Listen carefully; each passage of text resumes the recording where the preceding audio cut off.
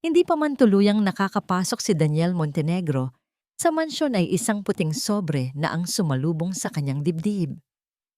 Give up na ako, Sir Daniel. Hindi ko na kaya. Mga demonyo ang mga anak ninyo. Mga demonyo sila. Iyon ang mga huling salitang narinig niya mula sa babaeng may hikbi. Bago nito kinuha ang maleta at mabilis na tumakbo palabas na para bang hinahabol ng isang halimaw.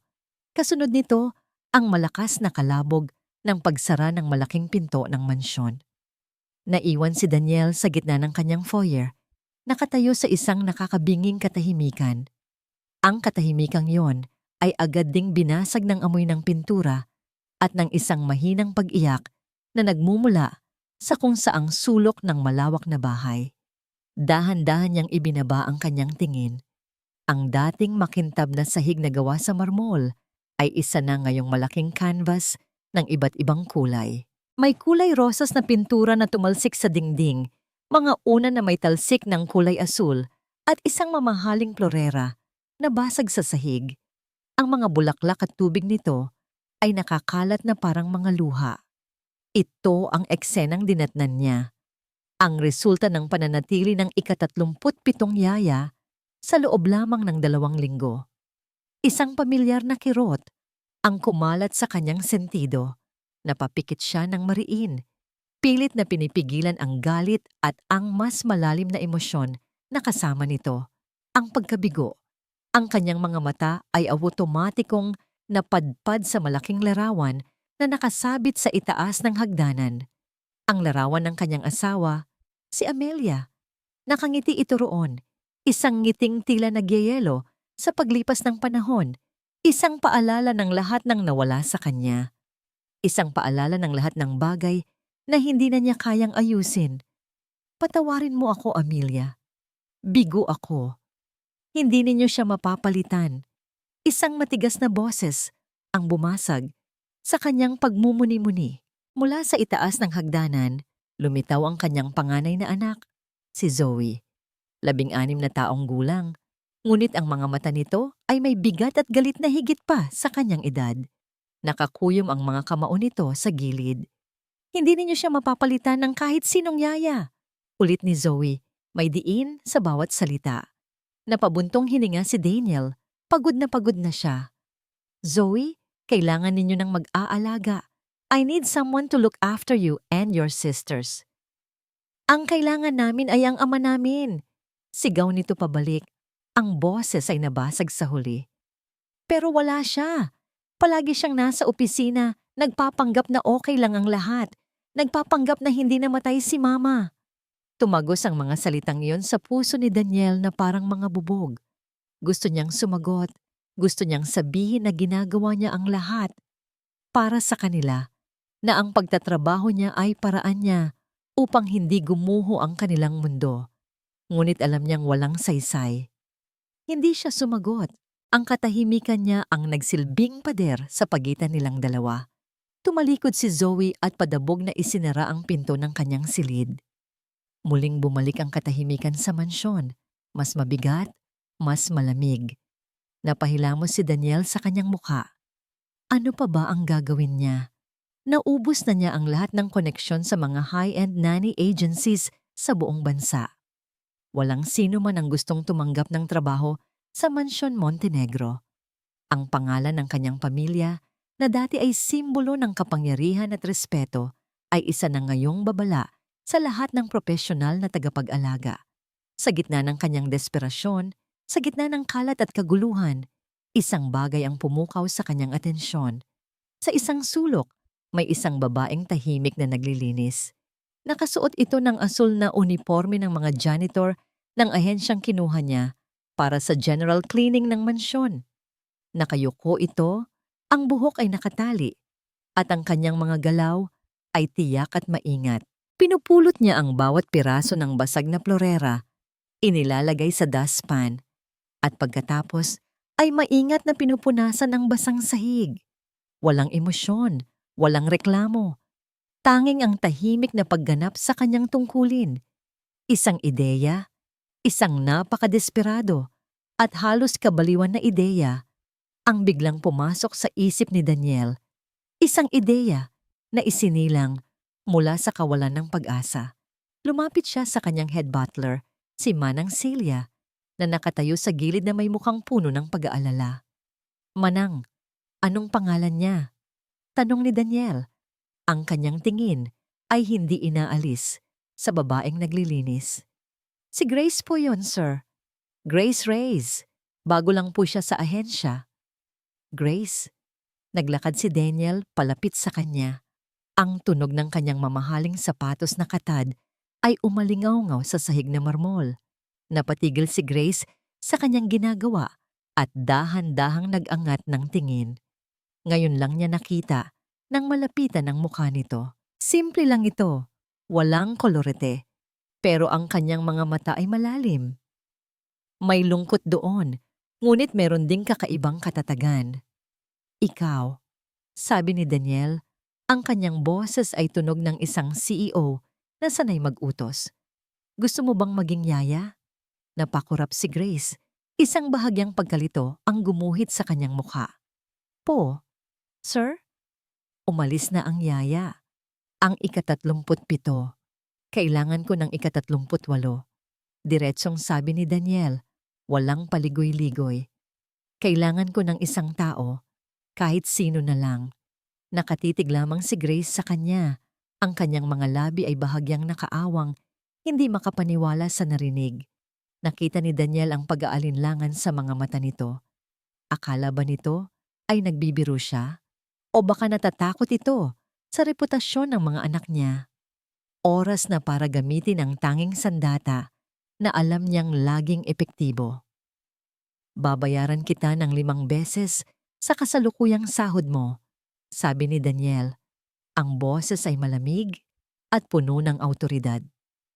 "Simulan mo bukas." Nabitawan ni Grace ang hawak niyang basahan. Ito ay bumagsak sa sahig na may mahinang tunog. Nananatili siyang nakatitig kay Daniel, hindi makagalaw. Ang kanyang mga mata ay nanlalaki sa pagkabigla sa biglaang alok. Kinabukasan, pumasok si Grace sa mansyon hindi bilang isang janitor, kundi bilang isang yaya. Ang bigat ng kanyang backpack ay tila napalitan ng bigat ng responsibilidad sa kanyang mga balikat. Sinalubong siya ni Manang Celia sa may pinto, isang matandang babae na may mabait, ngunit pagod na mga mata. Siya ang nagbigay kay Grace ng mabilis na tour sa bahay na mas nararapat tawaging isang palasyo. Bawat sulok ay sumisigaw ng karangyaan, mula sa mga chandelier na gawa sa kristal hanggang sa mga painting na mukhang mas matanda pa sa lola niya. "Ito ang magiging kwarto mo, Hija," sabi ni Manang Celia. Binubuksan ng isang pinto sa dulo ng isang pasilyo sa ikalawang palapag. Malaki ang silid, mas malaki pa sa buong apartment na tinitirhan niya. "At sila," sabi ni Manang Celia, humihinto sa harap ng isang malaking double door. "Ang mga alaga mo." Huminga ng malalim si Grace bago pumasok sa playroom. Sa loob, naroon silang 5. Nakaupo sa sahig, nakaayos na parang isang maliit na hukbo. Nasa gitna ang panganay, si Zoe. Ang kanyang mga mata ay kasing talim ng basag na salamin. Sa kanyang tabi ay ang kambal na sina Luna at Lila. Magkamukha ngunit may magkaibang anyo ng pagkasuklam sa kanilang mga mukha. Si Sofia, ang medyo malikot, ay naglalaro ng bola, ngunit ang kanyang mga mata ay nakatuon din sa kanya. At sa pinakadulo, ang bunso, si Maya, na yumayakap sa isang teddy bear na tila ito ang kanyang kalasag. "Magandang umaga," bati ni Grace. Sinisikap na maging masigla ang kanyang boses. Walang sumagot. Tanging ang tunog ng bolang pinatalbog ni Sofia ang maririnig. "Ako si Grace, ang bago ninyong, alam namin kung sino ka." Putol ni Zoe. Ang kanyang boses ay malamig. "Isa ka lang sa kanila at aalis ka rin." Bago pa man makasagot si Grace, tumayo na ang 5 at walang lingon likod na lumabas ng silid. Iniwan siyang mag-isa sa gitna ng napakaraming laruan na walang naglalaro. Ang unang araw ni Grace ay isang mahabang pagsubok sa kanyang pasensya. Nang oras na, para ihanda ang kanyang mga gamit. Natuklasan niyang ang iilang damit na dinala niya ay basang-basa sa fruit juice, malagkit at amoy matamis. Isang malinaw na mensahe ng welcome mula sa mga bata. Sa halip na magalit, napabuntong hininga na lamang si Grace. Kinuha niya ang mga damit at tahimik na nilabhan sa banyo. Ito ay hindi galit, sabi niya sa sarili. Ito ay sakit. Ang pinakamatindi ay ang oras ng hapunan. Umupo si Grace sa mahabang lamesa kasama ang mga bata. Si Daniel ay wala. Mayroon daw itong importanteng business dinner. Sinubukan ni Grace na magsimula ng usapan. Kamusta ang school ninyo? Katahimikan. Tanging ang tunog ng mga kubyertos na tumatama sa mga plato ang maririnig. May paborito ba kayong subject, Sofia? Tiningnan lang siya ni Sofia pagkatapos ay ibinalik ang tingin sa kanyang pagkain. Narinig ko mahilig daw kayong mag-drawing, Luna at Lila. Subok niya ulit. Ang kambal ay nagkatinginan lang. Isang lihim na komunikasyon ang naganap sa pagitan nila. Bago muling yumuko sa kanilang mga plato, para siyang hangin. Isang multo na nakaupo sa kanilang hapagkainan. Naramdaman niya ang pader na itinayo ng mga ito sa kanilang paligid. Isang pader na gawa sa lungkot at sama ng loob. At sa gabing iyon, naramdaman niyang imposible itong gibain. Pagkatapos ng hapunan, habang nagliligpit siya ng ilang gamit, napansin niyang nawawala ang bunsong si Maya. Hinanap niya ito sa buong bahay hanggang sa matagpuan niya ito sa hardin, sa ilalim ng isang malaking puno ng mangga. Nakaupo si Maya sa damuhan, yakap-yakap ang kanyang mga tuhod, ang kanyang maliliit na balikat ay nanginginig. Umiiyak ito ng tahimik. Dahan-dahang lumapit si Grace, maingat na baka matakot ito. Maya? Mahinang tawag niya. Okay ka lang ba? Sa pagkarinig ng kanyang boses, mabilis na tumayo ang bata. Pinunasan nito ang kanyang mga luha gamit ang likod ng kanyang kamay at nang hindi tumitingin kay Grace, mabilis itong tumakbo pabalik sa loob ng mansyon. Naiwan si Grace sa hardin, nakatingin sa direksyon kung saan nawala ang bata. Isang pamilyar na kirot ang naramdaman niya sa kanyang puso. Ang kirot ng pag-iisa. Gabi na nang bumalik si Grace sa kanyang silid. Pagod na pagod ang kanyang katawan at isip. Humiga siya sa malambot na kama, ngunit hindi siya makatulog. Napakaraming tanong sa kanyang isipan. Kakayanin niya ba ito? Tama ba ang desisyon niyang tanggapin ang trabahong ito? Habang nakapikit, narinig niya ang mga boses mula sa kabilang silid. Boses ni Zoe. Huwag kayong mag-alala. Nakikita ko sa mga mata niya. Malapit na rin siyang sumuko. May sumunod na sandaling katahimikan. Hindi siya tatagal ng 3 araw. Maniwala kayo sa akin. Narinig niya ang malakas na pagsara ng pinto. Naiwan si Grace sa dilim ng kanyang kwarto. Nakikinig sa tibok ng sarili niyang puso. Napapaligiran siya ng karangyaan. Ngunit ang naramdaman niya ay ang matinding lamig ng pag-iisa sa isang malawak at dayuhang teritoryo. Mula sa seguridad ng kanyang home office, pinanood ni Daniel ang lahat sa pamamagitan ng mga security camera. Ito ang kanyang kanlungan.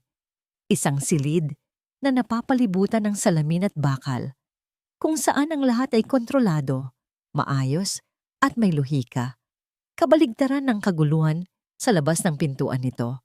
Ang mga monitor na nakahanay sa kanyang mesa ang nagsisilbi niyang bintana sa mundong hindi na niya alam kung paano haharapin. Sa monitor 4 na nakatutok sa playroom, nakita niya si Grace. Pinanood niya itong subukang kausapin ang mga bata at pinanood niya kung paano ito tinalikuran na parang hangin. Inaasahan niyang makikita ang pagkunot ng noo nito, ang senyales ng pagkadismaya. Ngunit wala. Sa halip, nakita niya itong umupo sa sahig at nagsimulang ayusin ang mga laruan ng mag-isa. Ilang sandali pa, nakita niya sa monitor 7 na nakatutok sa pasilyo ng mga silid ang isa sa kambal na si Lila na sinasadyang ibuhos ang isang baso ng orange juice sa sahig na dadaanan ni Grace. Inasahan ni Daniel Nasisigaw si Grace o magrereklamo kay Manang Celia. Ngunit muli, wala. Kumuha lang ito ng basahan at tahimik na pinunasan ng sahig. Pinanood ni Daniel ang babaeng ito sa loob ng ilang oras. Nakita niya itong pulutin ng isang sirang manika na itinapon ni Sofia. Sa halip na itapon ito sa basurahan, umupo si Grace sa isang sulok at maingat na sinimulang tahiin ang naputol na braso nito gamit ang isang maliit na sewing kit na kinuha nito mula sa sarili nitong bag. Mayroong isang kakaibang katahimikan sa paraan ng pagkilos ni Grace. Isang katatagan na hindi inaasahan ni Daniel mula sa isang babaeng mukhang napakabata at simple. Hindi ito sumusuko. Hindi ito nagpapakita ng galit. Tila ba naiintindihan nito ang isang bagay na hindi maintindihan ng 37 yaya na nauna sa kanya.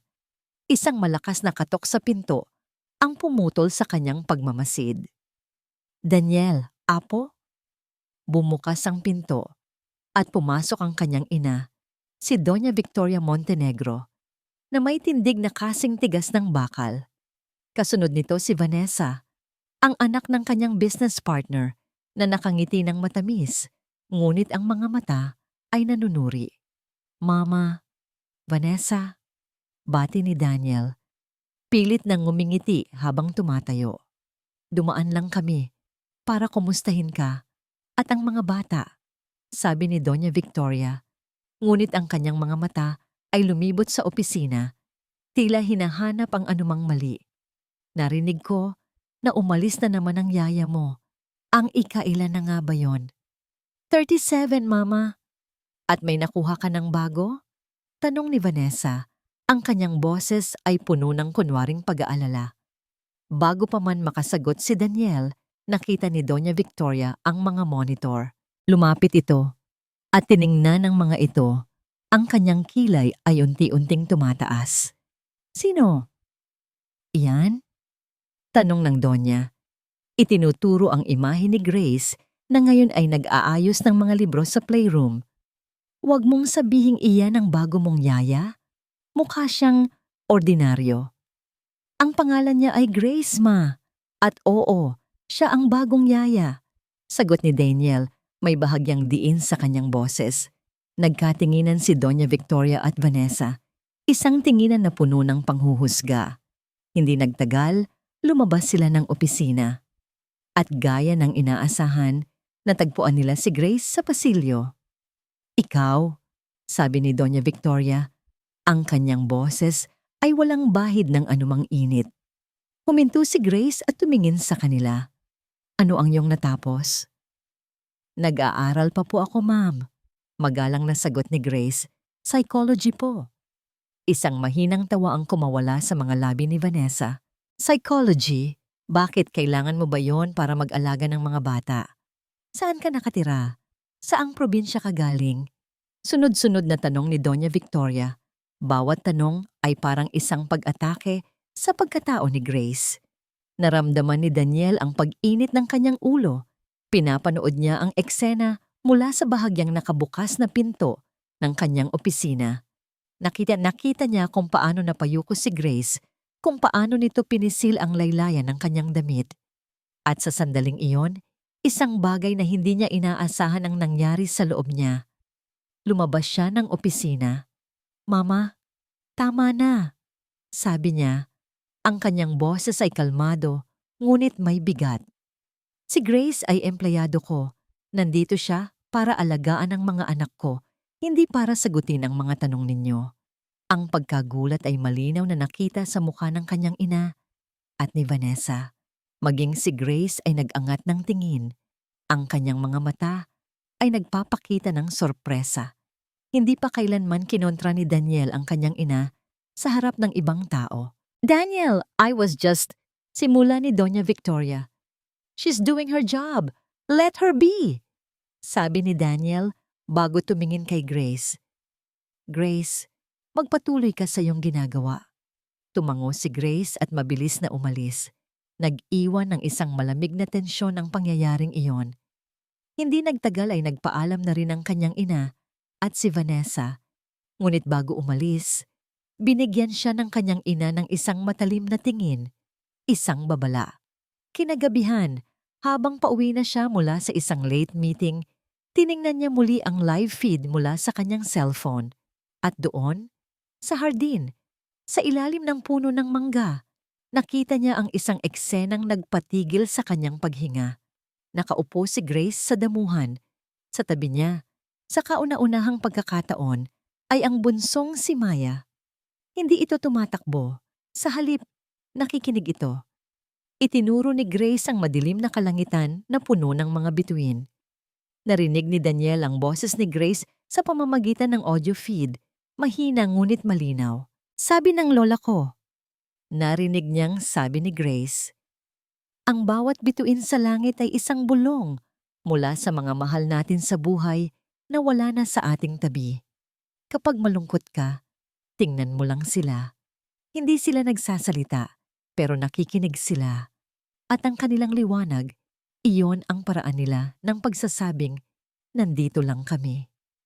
Dahan-dahan, sa paraang hindi pa kailanman nakita ni Daniel, isinandal ni Maya ang kanyang ulo sa balikat ni Grace.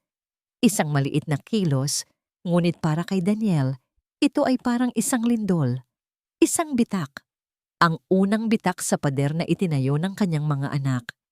Ang unang sinag ng liwanag sa napakatagal na kadiliman. At ito ay hindi dahil sa pera, hindi dahil sa utos. Ito ay dahil sa isang simpleng kwento tungkol sa mga bituin.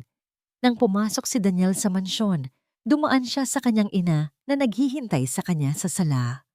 Malaking pagkakamali ang ginagawa mo, Daniel, sabi nito. Ang boses ay seryoso at walang emosyon. Paalisin mo na ang babaeng yan bago pa mahuli ang lahat. Tiningnan ni Daniel ang kanyang ina. Pagkatapos, ang kanyang isip ay bumalik sa imahe ng kanyang bunsong anak na nakahanap ng kapayapaan sa balikat ng isang estranghero. Sa unang pagkakataon, naging buo ang kanyang loob. Hindi. Unti-unti, naramdaman ni Grace ang pagbabago. Hindi ito nangyari sa isang iglap. Ito ay isang serye ng maliliit na tagumpay. Nagsimula ito kay Sofia na nagpatulong sa kanya sa kanyang art project. Sumunod ang kambal na sina Luna at Lila na nag-ayang magpaturo, mag-bake ng cookies. Mga simpleng bagay na nagmistulang milagro sa loob ng Mansyon Montenegro. Si Maya naman ay palagi nang nakabuntot sa kanya, hawak ang laylayan ng kanyang damit na para bang si Grace ang kanyang anino. 4 na ang nahulog, 1 na lang ang natitira, si Zoe. Nanatili itong isang pader na hindi matinag, isang islang hindi maabot. Palagi itong nagkukulong sa kanyang silid at kapag lumalabas, ang mga mata nito ay laging may dalang bagyo. Iginagalang nito ang presensya ni Grace, hindi na ito gumagawa ng gulo, ngunit ang distansya sa pagitan nila ay nanatiling malawak at malamig. Alam ni Grace na hindi niya ito dapat pilitin. Ang sugat ni Zoe, ang pinakamalalim sa kanilang lahat. Isang gabi, isang malakas na bagyo ang dumating. Ang hangin ay humahampas sa mga bintana at ang kulog ay umuugong na parang isang galit na higante. Nagising si Grace sa isang tunog na hindi kulog, isang sigaw. Mabilis siyang bumangon at sinundan ng tunog. Dinala siya nito sa harap ng pinto ng silid ni Zoe.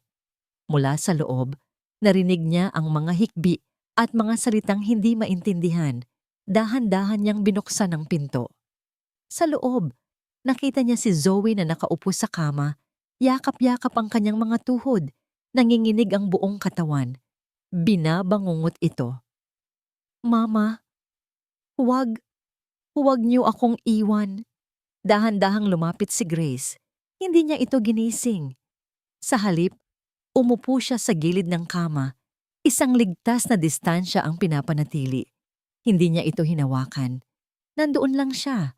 Isang tahimik na presensya sa gitna ng bagyo sa loob at labas ng silid. Nang maramdaman ni Zoe na may kasama siya, dahan-dahan itong nagmulat ng mata. Puno ng luha at takot ang mga ito. Nang makita niya si Grace, Ang takot ay napalitan ng pamilyar na galit. "Anong ginagawa mo dito? Lumabas ka!" sigaw nito. Hindi gumalaw si Grace. "Narinig kitang sumisigaw." Mahinahon niyang sabi. "Hindi ko kailangan ng tulong mo." "Alam ko," sagot ni Grace, ang kanyang boses ay malambing na parang isang bulong. "Pero minsan, masarap sa pakiramdam na may kasama ka lang, kahit hindi nagsasalita." Tinitigan siya ni Zoe. Ang kanyang dibdib ay mabilis na umaakyat baba. Naghihintay ito na umalis si Grace, ngunit hindi ito umalis. Ilang minuto silang nasa ganoong posisyon. Ang tanging naririnig ay ang patak ng ulan sa bintana at ang kanilang mga paghinga. "Gabi-gabi." Biglang nagsalita si Zoe. Ang kanyang boses ay basag. "Napapanaginipan ko siya. Ang aksidente. Palagi ko itong nakikita." Hindi umimik si Grace. Hinayaan niya lang itong magsalita. "Kasalanan niya ito," sabi ni Zoe. Ang galit ay bumabalik sa kanyang bose. "Kasalanan ni Papa. Kung hindi lang sila nag-away bago umalis si Mama, kung hindi lang niya mas pinili ang kanyang kumpanya." Napayuko si Zoe. Ang kanyang mga luha ay muling pumatak. Sa sandaling iyon, nagpasya si Grace na ibahagi ang isang piraso ng kanyang sarili. Isang pirasong matagal na niyang itinatago. "Naiintindihan ko ang pakiramdam ng biglang mawalan," mahinang sabi ni Grace. "Naiintindihan ko rin ang pakiramdam na maghanap ng masisisi dahil minsan, mas madaling magalit kaysa umamin na nasasaktan ka." Nag-angat ng tingin si Zoe, may pagtataka sa kanyang mga mata. "Anong ibig mong sabihin?" Huminga ng malalim si Grace. "May pamilya rin ako noon. Isang nanay, isang tatay, at isang nakababatang kapatid na lalaki. Isang gabi, habang pauwi kami galing sa isang birthday party, isang aksidente. At ako lang ang naiwan." Isang butil ng luha ang pumatak mula sa mata ni Grace. Ang unang luhang nakita ni Zoe mula sa kanya. "Hindi ko alam kung sino ang sisisihin. Ang driver ng kabilang sasakyan, ang madulas na kalsada, ang Diyos. Kaya sa huli, sinisi ko ang sarili ko. Matagal na panahon, pero natutunan ko na walang may kasalanan. Minsan, may mga bagay lang talagang nangyayari." Sa labas ng silid, nakatayo si Daniel sa dilim. Pauwi na siya mula sa trabaho nang marinig niya ang sigaw. Tahimik siyang lumapit at narinig niya ang lahat. Bawat salita ni Zoe ay parang isang kutsilyong humiwa sa kanyang puso. Nagpapaalala sa kanyang pagkakasala. Ngunit bawat salita ni Grace ay parang isang balsamo, isang uri ng pag-unawa na hindi niya kailanman naisip na posible. Pinakinggan niya kung paano ibinahagi ng babaeng halos hindi niya kilala ang sarili nitong trahedya para lang damayan ang kanyang anak na puno ng galit. Nakita niya kung paano, sa kauna-unahang pagkakataon, hindi sumigaw o nagdabog si Zoe. Sa halip, ito ay nakinig. Unti-unting huminahon ang pag-iyak ni Zoe. Nang matiyak ni Grace na okay na ito, tumayo na siya. "Matulog ka na," sabi ni Grace. "Nandito lang ako sa kabilang kwarto kung kailangan mo ako." Tumangulang si Zoe. Isang maliit, halos hindi makitang pagtango. Dahan-dahang lumabas si Grace ng silid. Isinasara ang pinto sa likuran niya. Paglingon niya, nagulat siyang makita si Daniel na nakatayo sa dulo ng pasilyo. Ang kanyang mukha ay nababalutan ng anino. Tanging ang mga mata niya ang may bahagyang liwanag mula sa bintana. Nagkatinginan sila sa katahimikan. Walang salitang namutawi sa kanilang mga labi. Ngunit sa sandaling iyon, sa gitna ng madilim at tahimik na pasilyo ng mansyon, isang bagong uri ng koneksyon ang nabuo. Isang pag-unawa na higit pa sa relasyon ng isang amo at ng kanyang empleyado. Dahan-dahang humakbang si Daniel palapit sa kanya. Ang desisyon ni Doña Victoria na magdaos ng isang charity gala sa Mansyon Montenegro ay isang strategic move. Alam ito ni Daniel. Ito ang paraan ng kanyang ina para ipaalala sa lahat lalo na sa kanya, kung ano ang tamang mundo para sa kanila. Isang mundo ng yaman, impluensya, at mga tamang koneksyon. At sa mundong iyon, si Vanessa ang reyna at si Grace ay isang alikabok. Kailangan mong dumalo, Grace, sabi ni Daniel isang umaga, 2 araw bago ang gala. Bilang kasama ng mga bata, para masigurong maayos sila. Nakita niya ang pag-aalinlangan sa mga mata ni Grace. Sir, hindi po ako sanay sa mga ganyang okasyon. Baka po hindi ako nababagay doon. You'll be fine. Pilit niyang pinagaan ang loob nito. Kahit alam niyang itinatapon niya ito sa lungga ng mga leon. Ngunit sa isang bahagi ng kanyang pagkatao, gusto niyang makita si Grace doon. Gusto niyang ipakita sa kanyang ina na si Grace ay hindi isang taong dapat ikahiya. Dumating ang gabi ng gala. Ang mansyon ay nag-iba ng anyo. Napuno ito ng mga taong nakasuot ng mga mamahaling damit at alahas. Ang kanilang mga tawa at usapan ay umaalingaw-ngaw sa ilalim ng mga kumikinang na kandelero. Nakita ni Daniel si Grace na nakatayo sa isang sulok malapit sa buffet table. Suot nito ang isang simpleng itim na bestida, ang tanging damit na formal na nakita nito sa kanyang aparador. Sa gitna ng karagatan ng mga designer gown, si Grace ay isang maliit at tahimik na isla. Ngunit para kay Daniel, mayroon itong dignidad at ganda na hindi matutumbasan ng anumang diamante. Pinagmamasdan niya ito mula sa malayo habang kinakausap niya ang ilang business associates. Nakita niya kung paano ito tinitingnan ng ibang mga bisita, isang tingin na puno ng pagtataka at pangmamaliit. Nakita niya kung paano ito nilapitan ng kanyang ina. Bumulong ng isang bagay na nagpayuko lalo kay Grace. At pagkatapos, nakita niya si Vanessa. Lumapit si Vanessa kay Grace na may dalang 2 baso ng red wine. Isang matamis na ngiti ang nakapaskil sa kanyang mga labi. Mukha itong isang anghel na bumaba mula sa langit sa kanyang makinang na damit. "You must be Grace," sabi ni Vanessa. Ang kanyang boses ay sapat na para marinig ng mga taong malapit sa kanila. "I've heard so much about you." "Good evening, ma'am," magalang na sagot ni Grace. "Please have a drink, relax," alok ni Vanessa. "Naku, hindi po ako umiinom, ma'am," tanggi ni Grace. "Oh, come on, just 1 sip."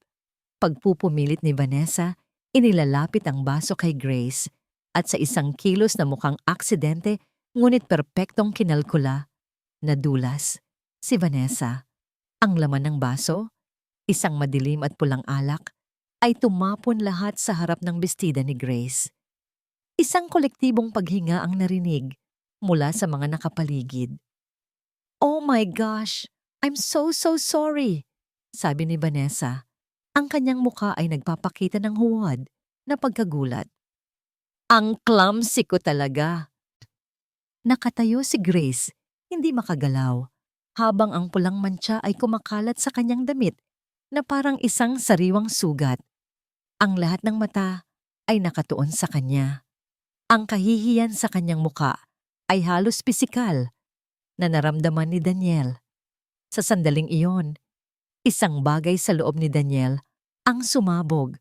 Ang CEO na laging kalmado, ang anak na laging sumusunod, ang lalaking laging pinipili ang kapayapaan kaysa sa gulo. Nawala ang lahat ng iyon. Mabilis niyang iniwan ang kanyang mga kausap at naglakad patungo sa eksena.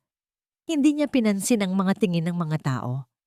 Ang tanging nakikita niya ay ang namumulang mukha ni Grace at ang mapanuksong na ngiti sa likod ng mga mata ni Vanessa. Pagdating niya roon, walang salitang hinubad niya ang kanyang mamahaling itim na suit jacket. Sa harap ng lahat, maingat niyang ipinatong ito sa mga balikat ni Grace, tinatakpan ng mantsa at binabalot ito sa init at amoy ng kanyang pabango. "Okay ka lang?" tanong niya. Ang kanyang boses ay mahina at para lamang kay Grace.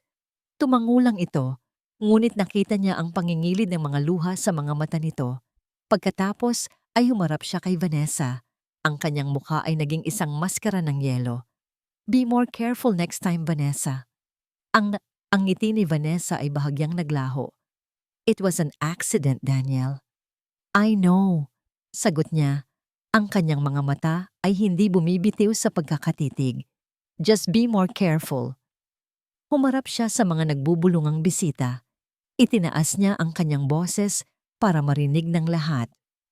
Para sa kaalaman ng lahat, simula niya, habang ang isang kamay ay nananatili sa balikat ni Grace, si Miss Reyes ay hindi lang yaya ng mga anak ko. Ngayong gabi, siya ang aking personal na panauhing pandangal. Ang katahimikan ay nakakabingi. Ang pagkagulat sa mukha ng kanyang ina ay hindi mabibili. Hinawakan ni Daniel ang kamay ni Grace. Halika, sabi niya.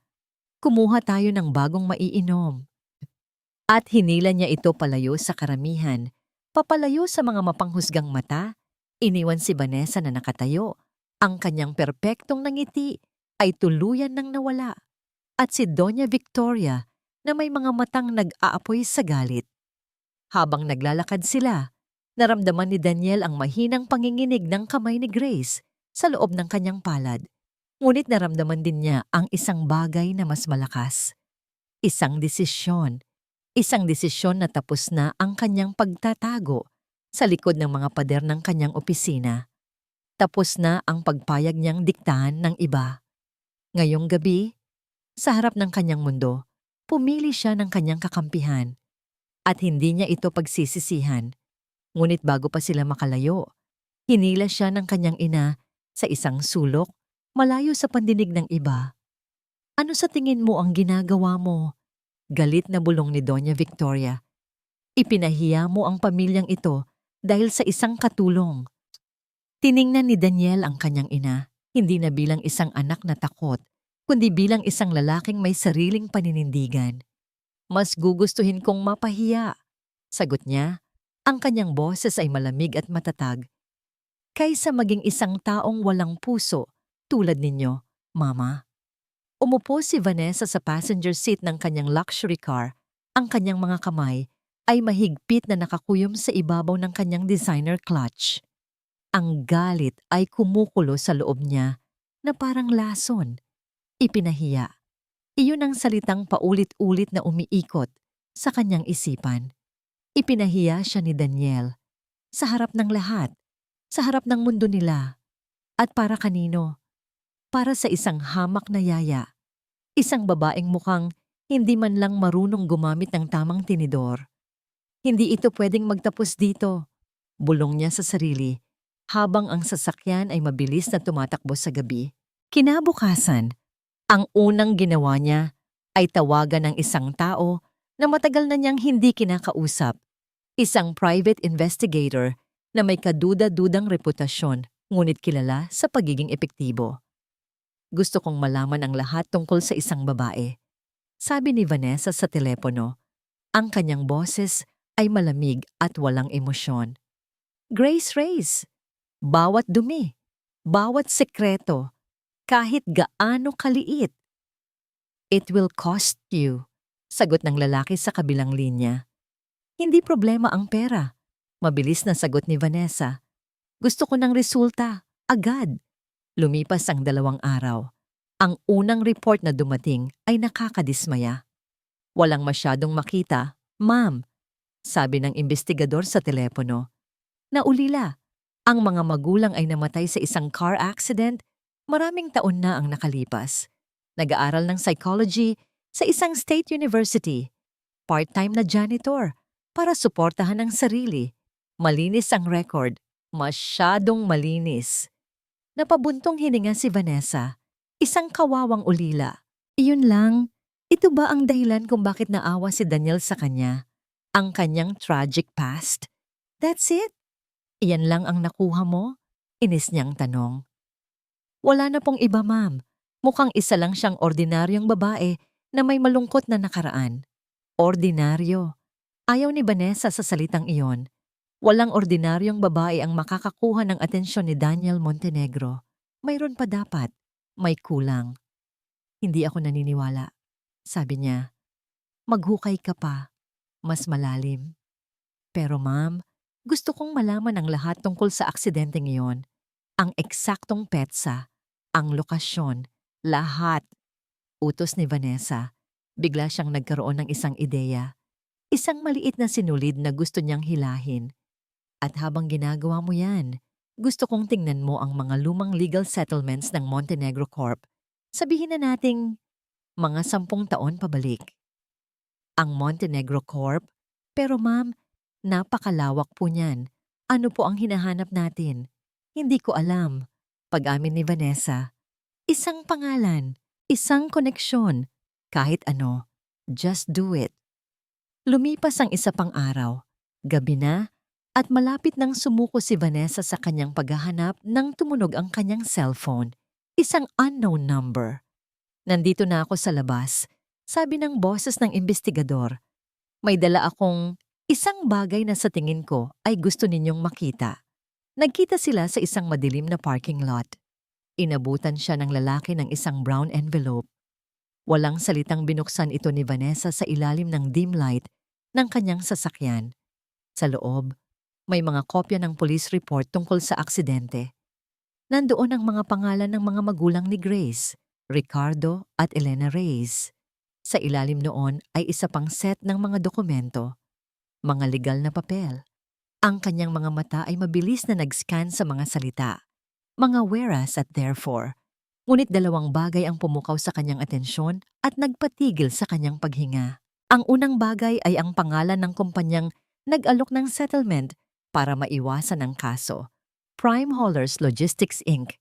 Ang pangalawang bagay ay isang maliit na tala sa ibaba ng dokumento. Isang appendix na nagdedetalye ng corporate structure ng Prime Haulers. At doon, nakasulat sa maliit na itim na letra, ay ang mga salitang nagpabago sa lahat.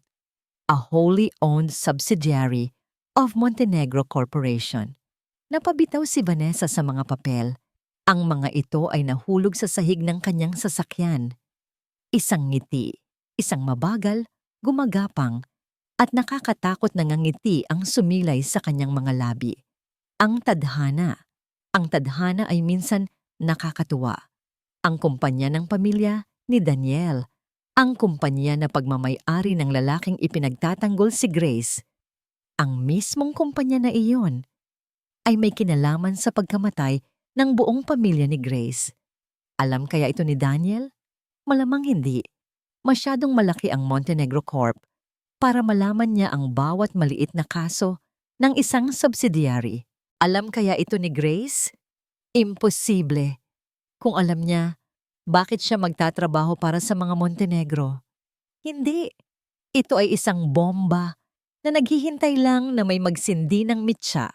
At si Vanessa, sa sandaling iyon, ay masayang-masaya na hawakan ng posporo. Hello, impyerno! Bulong niya sa sarili habang pinupulot ang mga papeles. Welcome, Grace Reyes.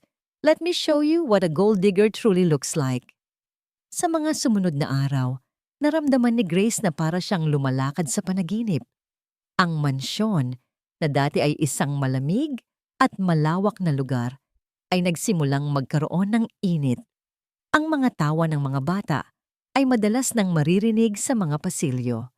Si Zoe, bagamat hindi pa rin palakibo, ay nagsimula ng sumabay sa kanila sa hapagkainan. Paminsan-minsan ay nakikibahagi sa mga biruan. At si Daniel ay nagbago. Mas maaga na itong umuuwi. Minsan, nadadatnan niya itong nakaupo sa sahig ng playroom, pilit na tinutulungan si Sofia sa kanyang puzzle. Minsan naman ay nakikinig ito sa mga kwento ng kambal tungkol sa kanilang araw sa eskwela. At ang mga tingin niya kay Grace, mayroon ng ibang kahulugan ng mga yon. Hindi na tingin ng isang amo, kundi tingin ng isang tao na nakikita siya. Talagang nakikita siya. Isang gabi, pagkatapos niyang patulugin ang mga bata, naabutan siya ni Daniel sa hardin. Ang hangin ay malamig at ang tanging liwanag ay nagmumula sa buwan. Grace, tawag nito sa kanya. Sir Daniel, sagot niya, bahagyang yumuko. Daniel, just Daniel, sabi nito, lumalapit sa kanya. Gusto kong magpasalamat sa iyo. Para po saan, sir? Daniel. Sa lahat, sabi nito, ang kanyang tingin ay malalim. Ibinalik mo ang mga ngiti ng mga anak ko. Isang bagay na akala ko ay hindi ko na kailanman muling makikita. Naramdaman ni Grace ang pag-init ng kanyang mga pisngi. Ginagawa ko lang po ang trabaho ko. Hindi, higit pa sa trabaho ang ginagawa mo, sabi ni Daniel. You're healing them. You're healing me. Hindi alam ni Grace kung ano ang sasabihin. Ang tibok ng kanyang puso ay bumibilis. Ang distansya sa pagitan nila ay unti-unting lumiliit. Pakiramdam niya ay may mahalagang bagay na malapit nang sabihin nito. Isang bagay na matagal na niyang inaasam ngunit natatakot ding marinig. Grace, ako, nandito lang pala kayo. Kanina ko pa kayo hinahanap. Isang masiglang boses ang bumasag sa sandali. Mula sa dilim, lumitaw si Vanessa. Nakasuot ng isang eleganteng damit. May dalang isang folder. Ang kanyang kanang ngiti ay kasing liwanag ng buwan, ngunit ang kanyang mga mata ay hindi. Vanessa, anong ginagawa mo dito? Tanong ni Daniel. Halatang nairita sa pagdating nito. Oh, may importanteng papeles lang akong kailangang ipapirma sa'yo. Urgent daw, sabi ng dad mo. Sabi ni Vanessa, bago bumaling kay Grace. Hi Grace, kamusta ka na? Pasensya na ulit doon sa nangyari sa party ha? Okay lang po ma'am, sagot ni Grace. Alam mo, sabi ni Vanessa, binubuklat ang folder na dala niya na para bang may hinahanap. Habang inaayos ko ang mga papeles na ito, may nakita akong isang bagay na nakakaintriga. Tungkol sa isang lumang kaso, naalala ko tuloy bigla ang kwento mo. Ang trahedya ng pamilya mo. Napakunot ang noo ni Grace. Po? Oo, sabi ni Vanessa. Inilabas ang isang set ng mga papeles mula sa folder. Isang settlement case mula sa isang kumpanyang tinatawag na Prime Haulers Logistics Inc. Pamilyar ba sa'yo? Nanigas si Grace. Iyon ang pangalan ng kumpanyang nagmamay-ari ng truck na bumangga sa sasakyan nila.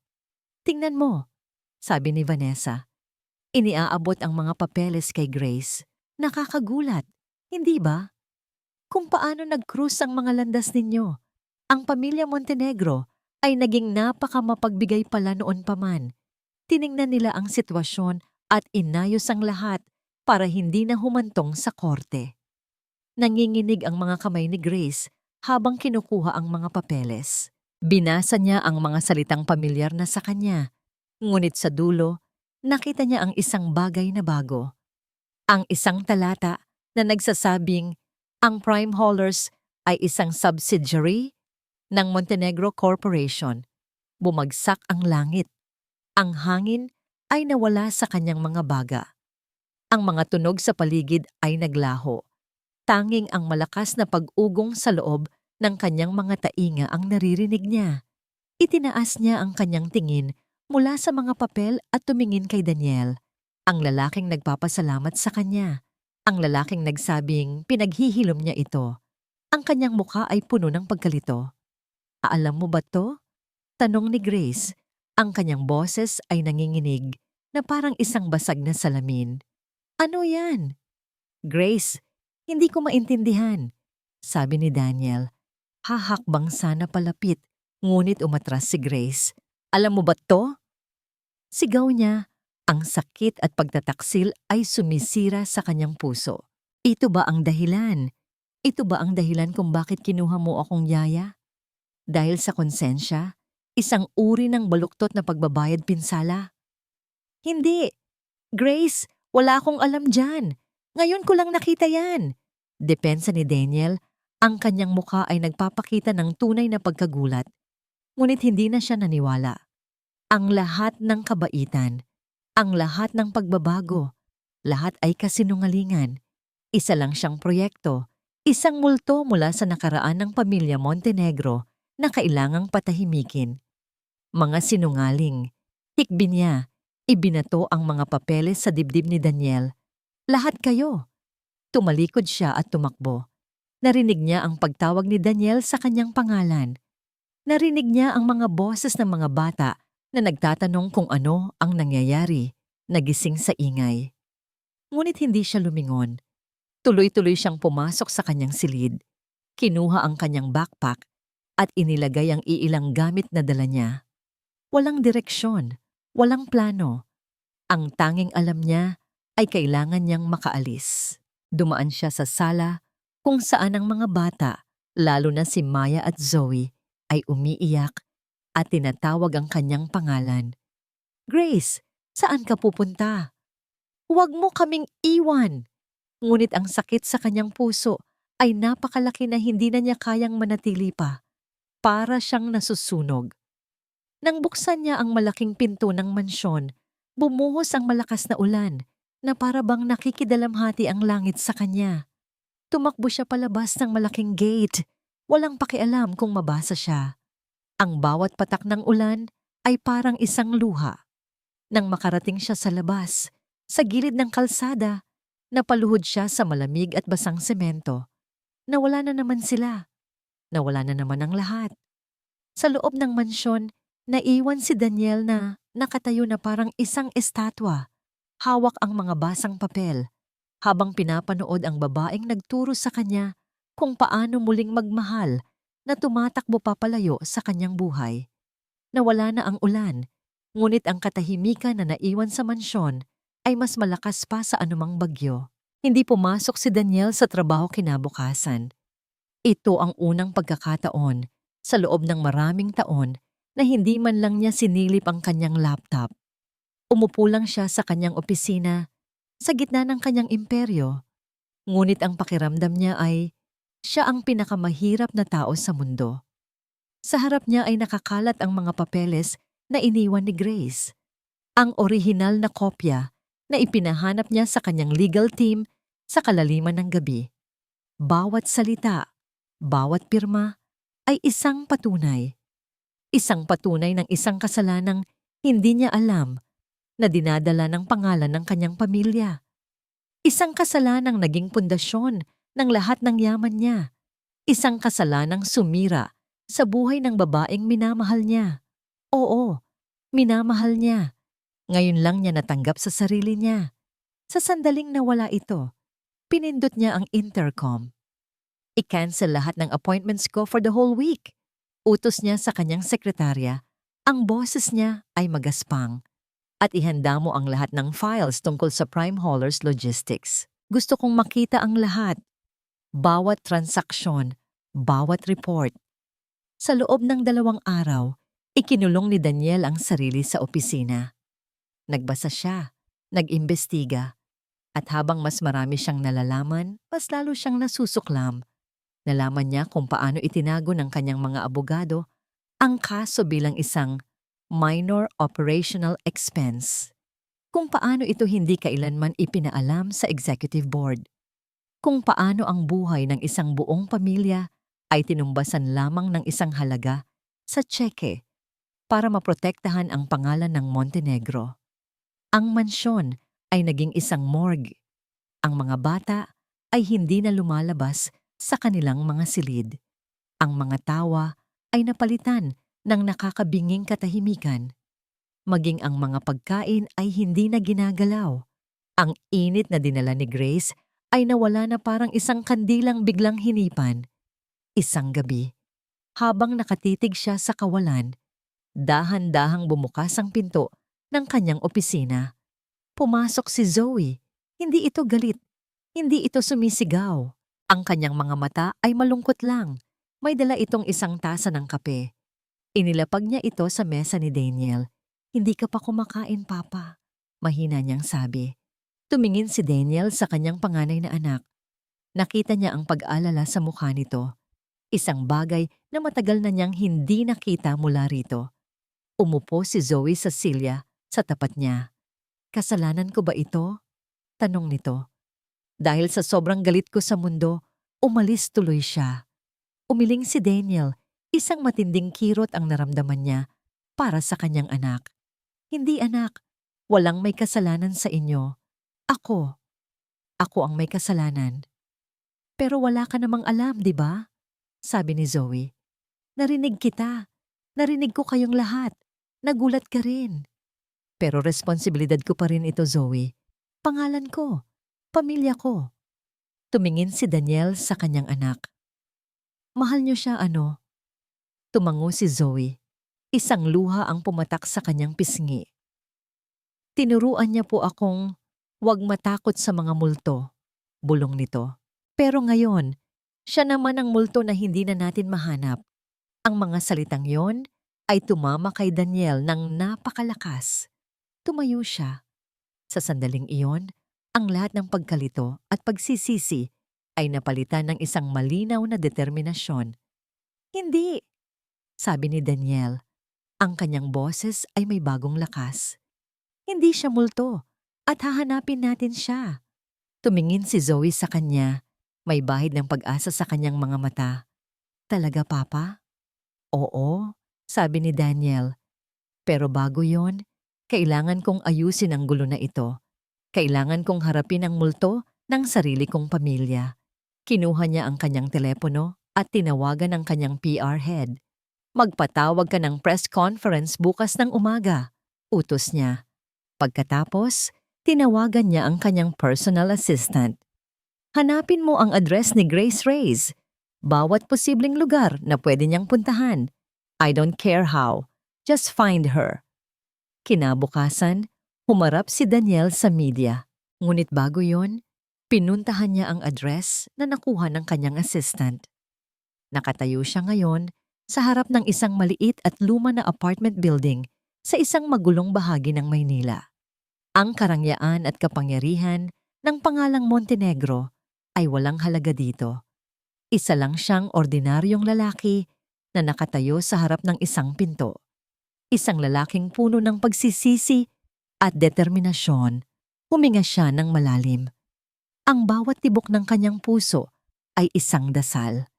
Itinaas niya ang kanyang kamay, isang kamay na sanay pumirma ng milyon-milyong kontrata, ngunit ngayon ay nanginginig at kumatok siya sa pinto. Hindi binuksan ni Grace ang pinto. Narinig niya ang mga katok. Narinig niya ang boses ni Daniel na tumatawag sa kanyang pangalan mula sa labas. Bawat tawag ay parang isang karayom na tumutusok sa kanyang puso. Ngunit hindi siya gumalaw mula sa kanyang kinauupuan sa sahig ng kanyang maliit na apartment. Paano niya haharapin ang lalaking simbolo ng lahat ng sakit na dinanas niya? Kinabukasan, binuksan niya ang kanyang lumang telebisyon. At doon, sa bawat news channel, nakita niya ang mukha ni Daniel.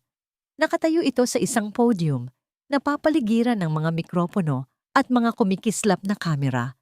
Ngunit ang kanyang mga mata ay hindi nakatingin sa mga reporter. Pakiramdam ni Grace ay nakatingin ito ng diretso sa kanya. Several years ago, simula ni Daniel, ang kanyang boses ay matatag at malinaw. A tragic accident occurred involving a truck from Prime Haulers Logistics, a subsidiary of Montenegro Corporation. That accident took the lives of the Reyes family. Napahawak si Grace sa kanyang bibig. Inamin niya. Inamin niya sa buong mundo. Our company settled the case legally. Pagpapatuloy ni Daniel. But what is legal is not always what is right. We failed to extend the compassion and the support that the surviving member of that family deserved. For that corporate failing, as the CEO of Montenegro Corporation, I take full responsibility. I am profoundly sorry. Hindi makapaniwala si Grace sa kanyang naririnig. Effective today, anunsyo ni Daniel, I am launching the Reyes Family Foundation, a non-profit organization dedicated to providing educational scholarships and grief counseling to families who have lost loved ones in road accidents.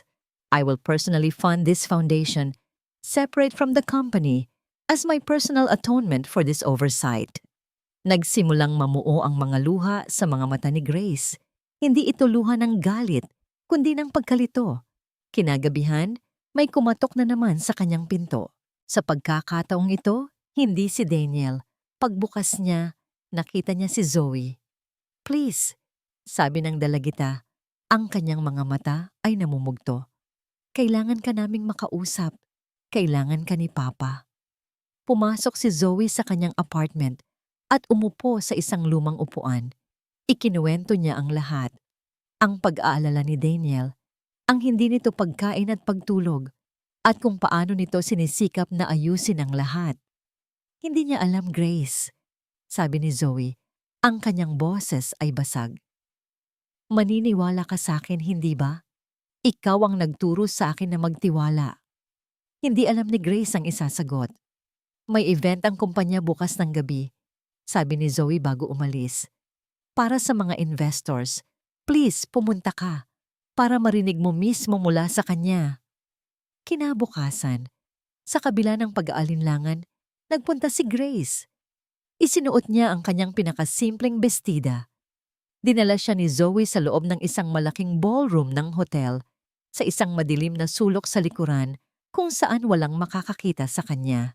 Nasa entablado si Daniel, nagsasalita tungkol sa quarterly earnings ng kumpanya. Ngunit bago niya tapusin ang kanyang talumpati, huminto ito. Ladies and gentlemen, sabi ni Daniel, ang kanyang tingin ay lumibot sa buong silid. There is one last personal matter I need to address. Biglang lumabas sa isang malaking screen sa likod niya ang isang video. Isang CCTV footage mula sa parking lot kung saan nag-abot ng sobre si Vanessa at ang private investigator. Sumunod ang isang audio recording. Malinaw na narinig ng lahat ang boses ni Vanessa na nag-uutos sa investigador na maghukay ng dumi tungkol kay Grace. Napatingin ang lahat kay Vanessa na nakaupo sa harap na hilera kasama si Doña Victoria. Ang kanyang mukha ay namutla na parang papel. Ang impormasyon tungkol sa aksidente ng pamilya Reyes ay isang pampublikong record, sabi ni Daniel. Ngunit ang paggamit nito sa malisyosong paraan, ang pagbaluktot nito para manakit ng isang inosenteng tao at sirain ang aking pamilya ay isang bagay na hindi ko palalampasin. Daniel, how could you? Sigaw ni Vanessa, tumatayo. Ngunit bago pa siya makapagsalita ng higit pa, isang tao ang tumayo sa tabi niya, si Doña Victoria. Ang lahat ay naghihintay sa kanyang sasabihin. Inaasahan ng lahat na ipagtatanggol niya si Vanessa at ang pangalan ng pamilya. Tiningnan ni Doña Victoria si Vanessa, pagkatapos ay tumingin ito sa direksyon kung nasaan ang kanyang mga apo. Nakita niya si Zoe na nakatayo, matatag, sa tabi ng pinto kung nasaan si Grace. Nakita niya ang determinasyon sa mukha ng kanyang apong babae na ipaglaban ang pamilya nito. Huminga ng malalim si Doña Victoria. Tumingin ito kay Vanessa, ang kanyang mga mata ay malamig na parang yelo. Tama na, Vanessa, sabi niya. Ang kanyang boses ay mahina, ngunit may bigat na narinig ng buong silid. Umalis ka na. Iyon lang. Dalawang salita na tumapos sa lahat. Walang nagawa si Vanessa kundi kunin ang kanyang bag at mabilis na lumabas. Ang kanyang mukha ay puno ng kahihiyan. Pagkatapos, ibinaling ni Daniel ang kanyang tingin sa likuran ng ballroom, direkta sa sulok kung nasaan si Grace. Sa tulong ng isang spotlight, biglang nagliwanag ang kanyang kinatatayuan. Ang lahat ng mata ay napunta sa kanya. Grace, sabi ni Daniel, ang kanyang boses ay umaling-awngaw sa buong silid, puno ng pagsisisi at pagmamahal. Patawarin mo ako, hindi para sa kasalanan ng kumpanya ko, dahil gagawin ko ang lahat para itama yon. Patawarin mo ako, dahil hinayaan kong masaktan ka. Mahal kita, Grace. Please, patawarin mo ako. Nakatayo si Grace sa gitna ng liwanag. Ang mga luha ay malayang dumadaloy sa kanyang mga pisngi. Ngunit sa pagkakataong ito, hindi na ito luha ng sakit o galit. Tumingin siya kay Daniel na nasa entablado. Tumingin siya kay Zoe na nakangiti sa kanya. Tumingin siya sa kambal at kay Sofia at Maya na kasama ni Zoe. Ang kanilang mga mata ay puno ng pag-asa. Ang buong mundo ay tila huminto, naghihintay sa kanyang sagot. 6 na buwan ang lumipas. Nakaupo si Grace sa loob ng isang classroom sa universidad, nakikinig sa kanyang propesor sa psychology. ngunit ang kanyang atensyon ay nasa labas ng bintana. Sa di kalayuan, sa ilalim ng isang puno ng akasya, nakita niya ang isang pamilyar na figura na nakasandal sa isang itim na kotse. Nakatingin ito sa direksyon niya, may isang maliit na ngiti sa mga labi. Si Daniel, hinihintay siya, palagi. Pagkatapos ng gabi ng investors event, maraming nagbago. Bumalik si Grace sa Mansion Montenegro, hindi na bilang isang yaya, kundi bilang si Grace, bahagi na ng pamilya. Itinuloy niya ang kanyang pag-aaral, isang bagay na buong pusong sinuportahan ni Daniel. Ang edukasyon mo ang para sa'yo, Grace. Ang puso mo ang para sa amin. Iyon ang palagi niyang sinasabi. Pagkatapos ng klase, sinalubong siya ni Daniel ng isang halik sa pisngi. Kamusta ang araw ng aking future psychologist?